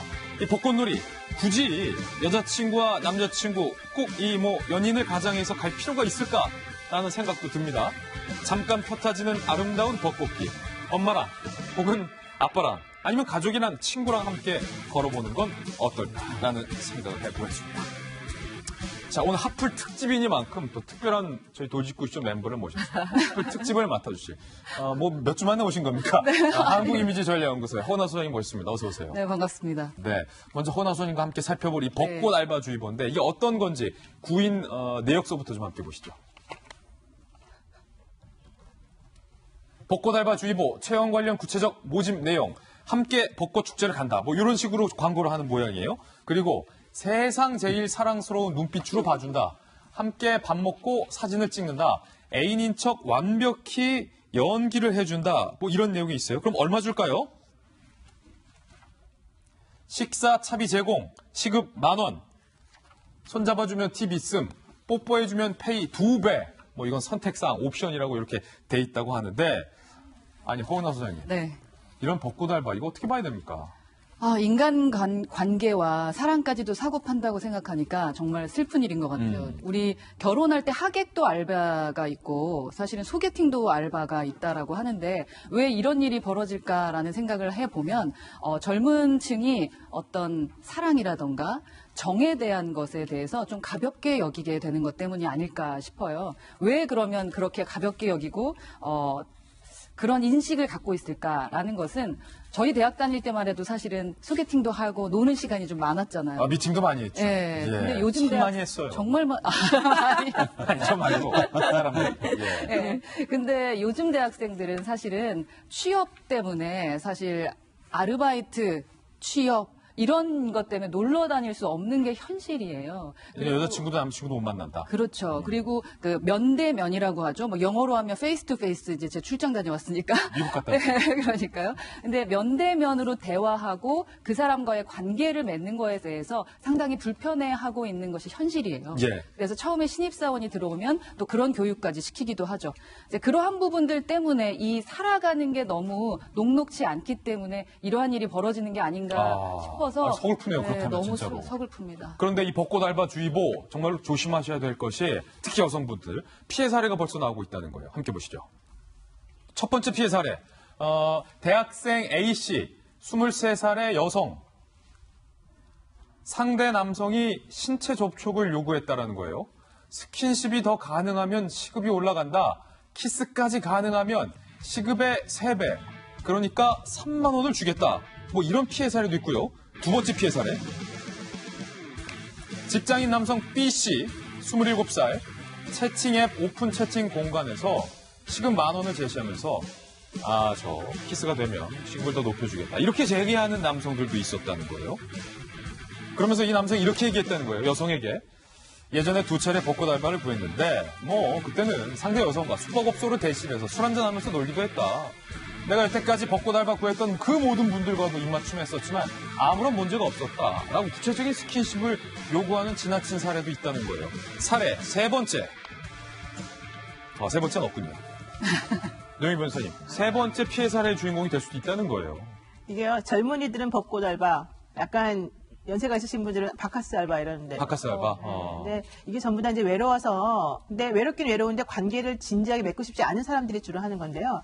예컨대 순서도가 있습니다. 여러분 한번 생각해 보세요. 이성을 만난다, 첫 번째. 그러면 그 다음에 우리가 해야 되는 건 썸 타는 시기라고 하는 게 필요한 거예요. 그런 다음에 진지한 관계를 유지한다. 그리고 난 다음에 결혼을 하거나 헤어지거나 둘 중에 하나로 가거든요. 그렇죠. 사람들이 이제는 이성을 만나서 썸 타는 시기까지 가는 것도 싫다는 거예요. 그러니까 이건 그냥 돈을 주고 그냥 그 순간적인 뭐 이 상황에 대해서 조금 놀고 즐긴 다음에 끝을 내고 싶고 특히 안전하게 끝내고 싶다 이거예요. 만약에 그렇지 않으면 연인 관계라고 하는 거 가정에서 내 인생을 너무 피곤하게 만들 수 있다는 것 때문이거든요. 그리고 책임지길 수 있다 상대방을.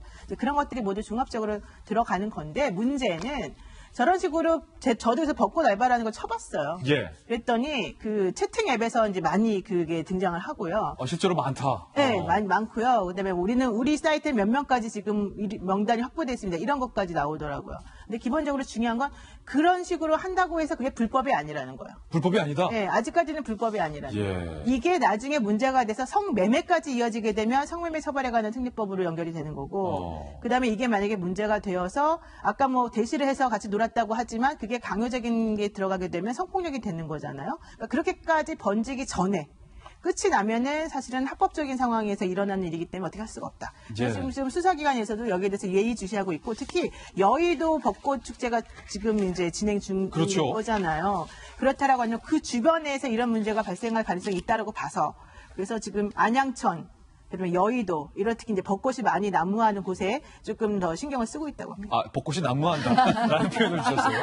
그런데 이게 벚꽃 있을 때만 있는 일이 아니라 조금 더 부각이돼서 그런 거고요. 사실 평소에도 SNS에 애인 대행, 계약 연애, 뭐 이런 식으로 해서 관는 형태가 있습니다. 그러니까 조금 이렇게 좋은 의도로 정말 예를 들어서 시작은 이렇게 했지만 운명의 사람을 만날 수도 있다라든지 예를 들면 정말 좋은 의도로 집 회사 하다 보니 뭐 시간이나 경제적인 투자를 해서 사람 만나는 게 너무 힘들지만 뭐 잠시 꽃구경 같이 하고 예를 들어서 등산 같이 하는 수준으로 산책 같이 하는 수준으로 생각을 하는 사람도 있겠습니다만 사실은 겉으로 이렇게 포장을 하고 접근하는 성매매 포주들도 있기 때문에 문제가 된다라는 거죠. 그렇군요. 네, 그렇게 해서 이미 그거를 알아차렸을 때는 빠져나오지 못하는 단계에 이르게 뭔가를 해줄 가능성이 굉장히 큽니다. 예를 들어서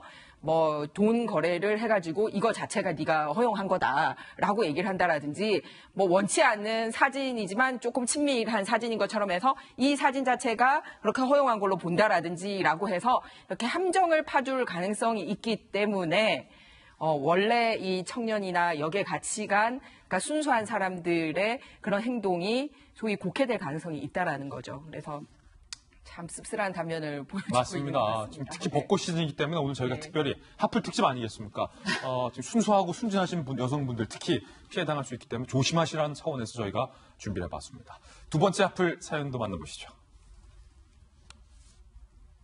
구독자 수가 10만 명이 넘는 한 유명 유튜버 A씨가 지난해 벌어들인 수익이 무려 약 20억 원. 와, 유튜브로 이렇게 버네요. 그런데 여기서 반전은 세금을 한 푼도 내지 않았다. 이러면 안 되죠. 최근 신흥 부자로 떠오른 유튜버와 VJ 등등 신종 고소득 사업자 176명에 대해서 국세청이 세무조사에 착수를 했습니다. 국내 고소득 유튜버의 연간 광고 수입이 의사, 변호사 등 전문직 연봉을 훌쩍 넘어서고 있는 현실인데 많이 넘어섰네요. 이 같은 고소득에도 불구하고 신고 없이 탈세를 일삼다가 이번에 아주 그냥 딱 제대로 걸린 것이죠. 결국 탄루한 소득세 5억 원을 그 유튜버는 내야 했습니다. 이번 고소득자 세무조사에는 연예인과 프로 운동선수 등등 유명인들도 다수 포함이 됐다고 하는데 예컨대 연예인 굿즈, 연예인 기념품들 있잖아요. 이런 거 판매 수익을 탈세해서 소득을 축소해 신고한 정황도 이번에 대대적으로 포착이 됐습니다. 성실한 납세자들에게 허탈감을 주는 이 같은 탈세 행태는 감시망이 좀 더 철저히 강화돼야 할 것으로 보입니다. 이 20억을 버는 유튜버가 어떻게 세금을 숨겼는지 그 방법까지 이번에 공개가 됐습니다. 함께 보시죠. 자, 이런 식의 프로토콜이라는 거예요. 1인 방송 플랫폼, 이제 G로 시작하는 거 있잖아요. 외국에 서버가 돼 있는 거. 말이 되나요? 구글? 말해버렸어요. 구글이 이제 조회수가 많고 클릭수가 많은 유튜버들에게 광고비를 한 해에 20억 이렇게 준다는 거예요. 근데 이게 이 유튜버가 착각을 한 거죠. 이게 서버가 미국에 있으니까 대한민국 국세청이 어떻게 미국을 건들겠어? 라고 착각을 했던 모양이에요. 그래서 소득 전액 무신고했는데 국세청은 그거를 다 보고 있었다는 거죠. 김병민 박사님. 김병민 TV 하는데 조심하세요. 네, 제가 유튜브 시작한 지 한 2달 됐는데 지금 구독자가 15,000명 됐거든요. 오, 맞네요. 아직까지는 돈이 안 나왔는데 어저께 이제 홈페이지 들어가서 보니까 처음으로 소득이 막 올라가는 게 보이더라고요. 예. 그러니까 시작한 지 한 2달 됐는데 한 30만 원 정도의 소득이 올라가는 것 같아요. 아직 입금은 안 됐습니다. 예. 근데 여기에 대해서 지금 막 이미 유튜브를 오랫동안 시작하고 그러면서 구독자가 10만이 넘으면서 왕성하게 활동하는 사람들 보니까 지금 뭐 연간 한 9억, 10억씩 번다는 거잖아요. 예. 한 달에 한 1억 정도를 벌게 되면은 당연히 거기에 대해서 막대한 세금이 나오게 되는 게 당연한 거겠죠. 우리가 소득 있는 곳에 세금이 있다라고 얘기를 할 정도로. 근데 지금 이 유튜브를 통해서 돈을 벌어보겠다고 많은 사람들이 뛰어듭니다만은 실제로 돈을 버는 사람들이 그렇게 많지가 않은 것 같아요. 그렇게 많지 않다, 버는 사람들. 근데 이제 그 많이 번 사람들에 대해서는 어떻게 과세를 해야 되는지에 대한 정확한 정보를 제공하지 않는 상황에서 이렇게 소득을 탄로해야지라고 얘기를 그런 실행을 하는 사람들이 일부 존재하는 것 같은데 국세청이 발빠르게 나서서 여기에 대한 가이드 명확하게 치는 거 아주 좋다고 생각하고요.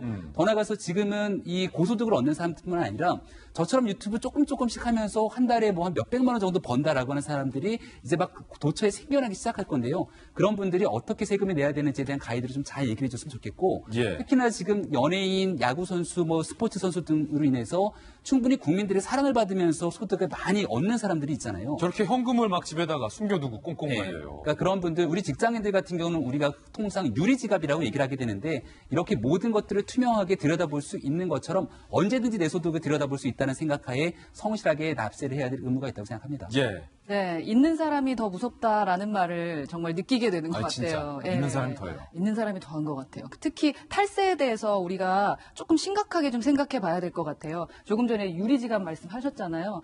직장인들만 좀 억울한 세상이 되지 않도록 지금 이렇게 신규 직업에 대해서 뭔가 세금을 내게 하려고 하는 거에 대해서는 우리가 칭찬해 줘야 될 것 같습니다. 근데 우리 입장에서도 탈세를 우리가 하고 있지 않은지 예를 들면요. 음식점에 가거나 어디에 갔어요. 뭐를 사는데 현금으로 사면 조금 더 싸게 해준다고 그럴 때가 있잖아요.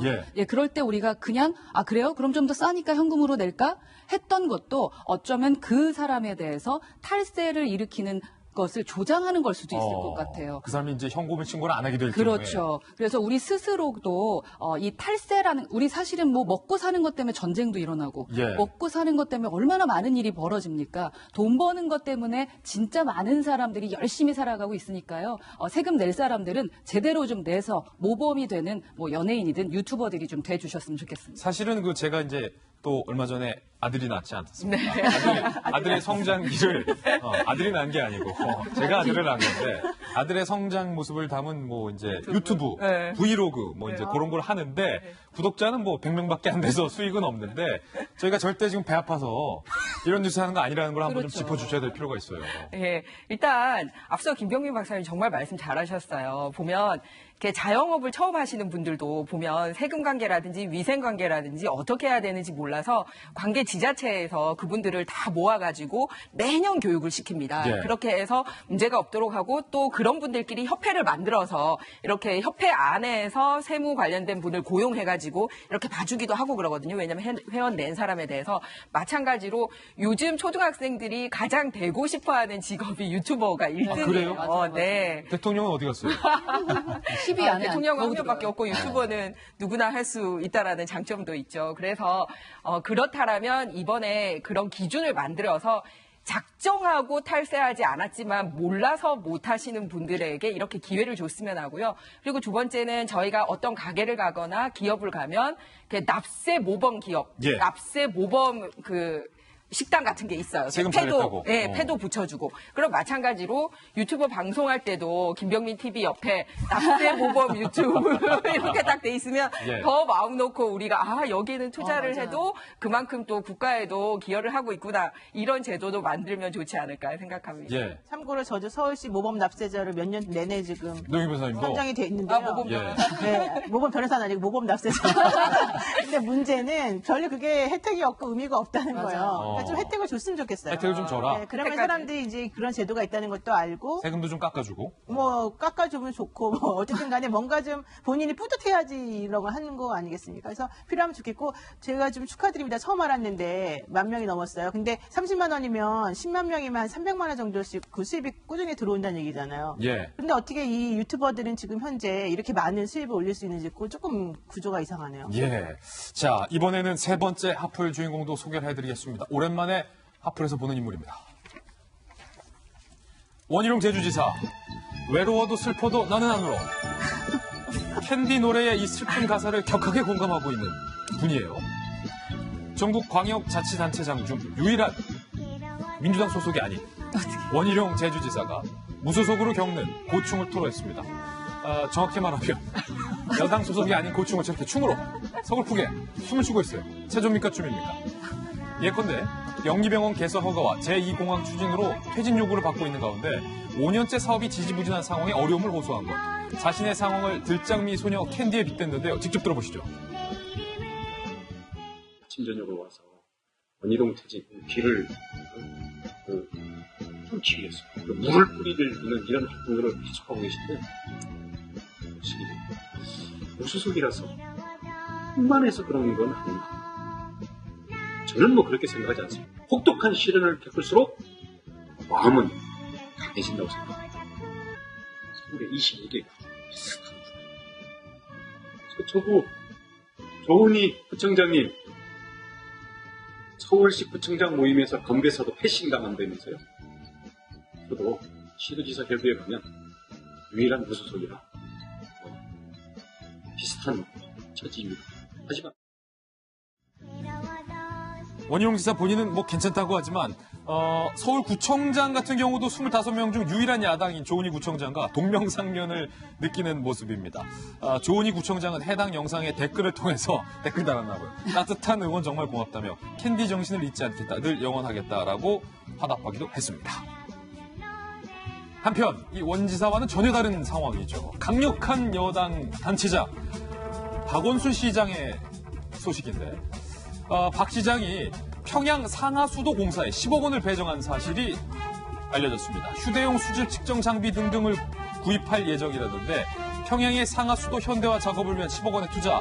문제는 이 같은 기계류 반입이 대북제재 위반이다라는 걱정의 목소리도 나오고 있고 이보다 더 큰 문제는 서울의 상하수도 간의 노후화가 더 극심한 상황이란 겁니다. 서울도 심각한 상황에서 굳이 평양을 10억이나 들여서 지원하는 게 적절하냐라는 지적도 나오고 있습니다. 일단은 김영주 의원님, 원희룡 지사가 외로워도 슬퍼도 나는 괜찮다, 안 운다라고 했는데 지금 약간 울고 계신 것 같아요. 충분히 이해가 되죠. 그리고 사실은 뭐 조은희 구청장도 비슷한 사안입니다만은 내부로 들어가면 원희룡 지사가 훨씬 심각합니다. 왜냐하면 지금 이제 제주도 같은 경우는 의원수가 도의원 수가 43명인데 교육위원을 제외하면은 38명입니다. 그 중에 29명이 민주당 도의원입니다. 그러니까 도의회가 지금 서울시 의회 99%가 민주당이 장악했고 서초구의회는 7대7입니다. 근데 의장을 민주당이 가져갔어요. 지금 그런 의미에서 사실은 이제 서초구보다 제주도가 훨씬 굉장히 심각한 상태고요. 또 하나는 말이 자치도지 생각만큼 자치할 게 별로 없어요. 자치가 잘 안 돼요. 정말 무늬만 자치도니까 그러니까 실제적으로 그동안에 의료민융화 또 예를 들면 최근에 들어서 블록체인 특구 상당히 도지사가 하고 싶은 부분에 있어서 마음대로 할 수 있는 게 별로 없거든. 그리고 번번이 말하자면 이거 무소속이지만 어쨌든 보수 원지사가 잘 되는 꼴을 또 민주당 도의원들이 볼 수 없다. 그러니까 또 시민단체 반대 있고 그러다 보니까 상당히 어떤 하나하나 되는 게 없는 그런 부분들이 현실적인 난관에 부딪혀 있다. 김영주 의원님이 서울시 부시장 했을 때는 상황이 좋았죠? 또 좋았죠. 민주당 출신이 좋았지만 그렇게 되면요. 국민들이 생각할 때 항상 6대4 정도로 만들어줬으면 좋겠어요. 9대1 이렇게 되니까요. 민주당 시의원들이 말하자면 자유한국당을 겨냥하는 게 아니라 시장과 부시장을 겨냥해요. 같은 편끼리. 그러니까 그런 면에서 훨씬 더 서울시가 90% 시의원이었다 하더라도 만만한 건 아닙니다. 만만한 건 아니었다. 그런 측면에서 사실은 원희룡 지사한테 굉장히 그 위로의 말씀까지. 저도 좀 위로의 말씀을 좀 해주고 싶은데 지금의 감정을 모든 그 이미지로 보여주고 있는 것 같아요. 막 체조하고 춤추고. 그렇죠. 체조하고 또 노란색에 좀 집중을 해야 되는데 노란색이요? 노란색 보면 우리가 보호해주고 또 위로해주고 이러고 싶은 색이잖아요. 약간 병아리 색깔. 그렇죠. 그 보호받고 싶은 것들이 좀 느껴집니다. 표정에서도 그렇고 기존의 말씀보다 조금 더 이제 안쓰럽게 말씀하시는 걸 보니까 좀 이렇게 웃음은 나오지만 좀 애처롭다라는 생각이 듭니다. 이 춤사위가 좀 애처롭다. 네. 그런데 그래도 한 가지 참 잘한 전략이 있어요. 우선 조은희 구청장을 끌고 들어간 건데요. 2명으로는 조금 약합니다. 3회 법칙이 있으니까요. 3명을 끌어들여서 한 번 더 위로를 받아보시면 더 많은 사람들에게 관심을 받게 되지 않을까. 근데 이제 무소속의 손혜원 의원이 자꾸 떠올라서 그분은 안 됩니다. 결이 달라요. 결이 달라요. 원희룡 지사가요. 전 내용 얘기한 게 뭔가 복선 있는 게 아닌가 싶은데요. 그러니까 지금 무소속이어서 너무 힘들다라는 얘기를 하게 되잖아요. 그리고 자유한국당이 조은희 구청장을 살짝 끌어들입니다. 결국은 지금 정계 개편의 속도가 쓰나미처럼 불어오고 있는 과정 속에서 원희룡 지사도 언제까지 무소속 남아있을 건 아니고 언젠가는 한국당으로 돌아가지 않겠느냐라고 하는 전망이 좀 지배적이지 않을까 싶은데 여기에 대해서 무소속이어서 힘들기 때문에 거대 여당과 맞서 싸울 수 있는 야당으로 갈 수 있는 길에 대해서 살짝 복선을 깐 것이 아닌가 싶은데요. 원희룡 지사의 정치적인 행보가 지방자치단체장에 머무르기보다는 한때 2007년도 같은 경우는 굉장히 젊은 주자로서 대통령 선거에 출마했던 대권 주자이기도 하고요. 지금 무소속입니다만은 범보수 통합을 통해서 이루어지게 된다면 향후 야권에서도 유력한 대권주자로 떠오를 수 있는 인물이기 때문에 이러한 정치적 행보에 대한 복선을 깐 것이 아닌가 생각이 되기도 합니다. 한편 이 박원순 서울시장, 강력한 여당의 시장, 서울시장이 이 평양 상하수도 공사에 10억 원을 배정한 것 관련돼서 이런저런 말이 많은데 어떠세요, 임 장관님? 아니, 박원순 시장님, 서울시장님 아니신가요? 이번에 올해 서울에서 이 상하수도뿐만 아니라 그 대북 관련된 사업 돈을 쓰겠다라고 편성한 게 150억 5천만 원이나 해뒀더라고요. 네. 그런데 대동강 수질 사업 한다고 그래서 그러면 한강이 굉장히 잘 돼 있나 봤더니 그것도 아니에요. 그래서 서울시 상하수도 같은 경우는 70%가 20년이 넘는 노후시설이고요. 그리고 50년 이상이거나 매설 연도 미상, 그러니까 도대체 언제 매설했는지 알 수 없는 게 32%입니다. 엄청나네요, 그거. 네, 그러니까 그 돈을 들여서 서울시 좀 먼저 하셔야 되는 게 아닌가라는 생각이 들었고요. 이 사업 이외에도 뭘 하겠다라고 지금 올해 하겠다고 계획한 게 뭐가 있냐면요. 평양 대중교통 운영체계 협력 실무회의. 저 오면서 날마다 광화문 올 때 지하철 안 타면 거의 타고 오기 힘들 정도로 서울 교통 안 좋은데 그거 하겠다고 했고요. 그리고 평양 산림 녹화에 또 돈을 배정을 해뒀습니다. 그리고 더 기가 막힌 거는 뭐냐면요. 서울, 베이징, 도쿄, 워싱턴 DC, 모스크바, 싱가포르와 함께 평양을 7대 글로벌 스마트 시티로 만들겠다라는 거에도 예산 배정을 해줬습니다. 아니, 아까 이제 서울시 의회 말씀을 하셨는데 서울시장님이 이거 하겠다라고 하면 시민들의 목소리를 대신해서 이건 좀 현실적이 없지 않냐. 대북 제재도 안 풀렸고 그리고 우리 사정도 녹록지 않은데 평양에 그것까지 나가기에는 좀 우리 세금 쓰기 아깝다라는 얘기가 시의회에서 나와야 되는데 얘기 1도 안 나오고 있지 않습니까? 시민들에게 이 투표에 붙여야 될 일이지 않은가. 그렇게 그거는 이제 기금이 그렇게 정해져 있는 거죠. 이 돈을 이렇게 가서 하는 것이 아니고 또 연체 여러 가지 10억의 재원 중에 한 7, 8억은 남한에서 우리 기업들의 제품을 사는 것이고. 제가 얘기한 거는 그 10억은 넘어서서 평상시보다 기금 조성을 많이 한 데다가 어쨌든, 북한이랑 접한 경기도 강원도보다도 과중하게 돼 있다라는 그런 얘기입니다. 박원순 시장의 이야기까지 한번 들어봤고요. 네 번째 앞을 주인공도 한번 만나보시죠. 지난 3일 미국의 한 마을에서 도난 사건이 벌어졌습니다. 2명의 남성이 주택가에서 지금 보시는 것처럼 사자상 하나를 대범하게 들어서 훔쳐서 달아난 겁니다. 경찰은 SNS에 CCTV 영상을 공개하며 도둑들의 정보를 알고 있으면 제보해달라고 이른바 공개수배. 그런데 이로부터 이틀 뒤 사자상을 훔쳐갔던 남성들이 범행 장소에 다시 등장했어요. 제발로 나타난 도둑들이 뭐라는가 봤더니 훔쳐갔던 사자상을 제자리에 돌려놓고 집주인에게 지금 보시죠. 꽃다발까지 준비해서 꽃다발까지 내려놓고 간 겁니다. 이후 경찰은 사라진 동상이 꽃다발과 편지와 함께 돌아왔다라고 전하며 편지도 썼네, 이 사람들. 사자상을 돌려준 2명의 도둑에게 감사를 전한다 라는 말도 덧붙였습니다. 도둑들이 남긴 편지가 무슨 내용인지는 알려지지 않았지만 경찰이 공개한 자신들의 범행 모습을 본 도둑들의 진심 어린 반성문이었길 바랍니다.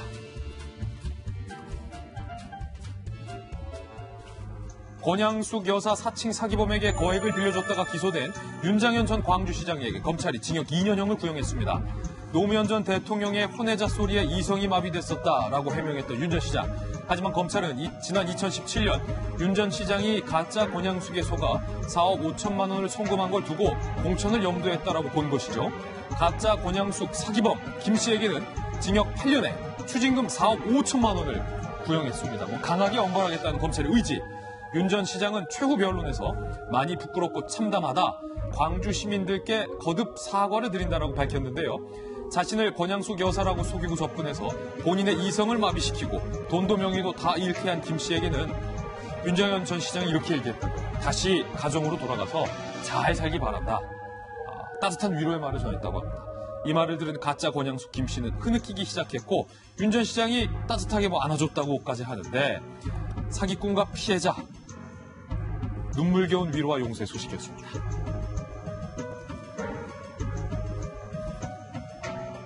여야의 제20대 차기 대권 과연 누가 출마하는 게 유리할까? 여론조사 결과 여권에서는 이낙연 총리가 야권에서는 황교안 자유한국당 대표가 차기 대선 주자 지지도에서 각각 1위에 꼽혔습니다. 15.9%를 얻은 이낙연 총리의 뒤를 이어 이재명 경기도지사 4.5%, 박원순 시장 4.2%로 이 총리는 다른 후보자들과 10%포인트 넘는 격차를 보이는 여유. 범야권에서는 18.3%를 얻은 황교안 대표에 이어서 유승민 의원이 8.3, 홍준표 전 대표가 3.2위로 3.2%로 3위를 1, 2, 3위를 기록했습니다. 그렇다면 이낙연 대 황교안, 황교안 대 이낙연의 가상 대결 결과 양자 대결. 이낙연 총리가 3.2%, 황교안 대표가 22.3%로 이낙연 총리가 7.9%포인트 차이로 앞서고 있는 모습입니다. 깨알 메모 수첩 등으로 화제를 모으기도 했던 이 총리의 이번 산불 발발은 대처가 긍정적인 영향을 끼쳤다는 분석이 현재 나오고 있는 상황입니다. 허은하 소장님. 네. 야, 지금 일단은 두 분이 각각 대세인 것은 확실해 보이는데 양자 대결 결과는 이 총리가 조금은 앞서가고 있다. 네네. 아무래도 이번에 산불 사건에서 보여줬던 모습에서 좋은 평가를 받으신 것 같아요. 근데 그 사람에 대한, 그러니까 정치인에 대한 어떤 브랜드라고 하죠. 브랜드에서 가장 중요한 것은 일관성입니다. 그래서 자신이 주었던 이 이미지에 대해서 우리에게 긍정적으로 생각했던 그 부분에 대해서 꾸준하게 다음 대선까지 연결이 된다면 가능할 수도 있을 것 같다라는 생각이 들고요. 가볍게 제가 하나 말씀드리면 제가 이번에 컨퍼런스 갔을 때 전문가 50명에게 그 정치인 9명의 사진을 보여주고 설문을 했어요. 예. 사진에 붙여지는 거. 첫인상으로 누가 당신과 식사를 함께 하고 싶으냐 아니면 정치인 대통령이 될 것 같으냐라고 물었더니 사실 거기서는 황교안 대표가 1등을 해서 너무 깜짝 놀랐습니다. 그리고 2등은 누구죠? 갑자기 생각이 안 나는데 2등은 죄송합니다. 2등이 지금 생각이 안 나는데. 어쨌든. 예, 1등이 황교안이었다라는 거에 너무 놀랐고요. 그래서 왜 그런가 했더니 여러 가지 전문성이 보인다라고 얘기했던 부분이 있어서 추후에 더 시간이 있으면 제가 더 자세하게 그 설문조사에 대한 리포트를 한번 해보도록 하겠습니다. 예, 이낙연 총리와 황교안 대표가 각각 김부겸이었네요. 그때 2위가 두 분이 어쨌든 대세라는 사실을 한번 여론조사 결과에서 확인을 해봤습니다. 저희는 60초 광고 후에 오늘 힐링 뉴스로 돌아오겠습니다. 잠시 후 저와 함께 힐링하시죠. 오늘 힐링 뉴스의 주인공 바로 만나보시죠. 경기도 양주시의 한 도로입니다. 한 도로에서 운전자가 차를 세우고 뭔가 주섬주섬 경찰이 지나가다가 무슨 일입니까? 라고 내려서 알아봤더니 할머니가 고철을 끌고 언덕길에 올라가시다가 이게 와르르 쏟아져서 한 여성 운전자가 내려서 일일이 고철을 다 손으로 묶고 있었던 거예요. 결국 지나가던 경찰도 함께 가세해서 고철을 묶었고 지나가던 남성 운전자 2명까지 내려서 무슨 일이에요? 가세해서 할머니의 고철을 묶어드렸다고 합니다. 그리고 할머니가 언덕길 넘었을 때까지 안전하게 우리 시민분들이 모두 다 도와드렸다고 합니다. 할머니의 손술에서 쏟아진 고철과 우리 시민들의 따뜻한 손길 아직 대한민국 살아있다. 경기도 남양주시의 양주시의 우리 주민분들에게 다시 한번 감사의 말씀을 드리겠습니다. 오늘 저희가 준비한 소식 모두 다 전해드렸습니다. 저희는 내일 아침 9시 15분에 더욱더 풍성한 소식 들고 여러분께 인사드리겠습니다. 오늘 하루는 분명 어제보다 나을 겁니다. 좋은 하루 되십시오. 고맙습니다.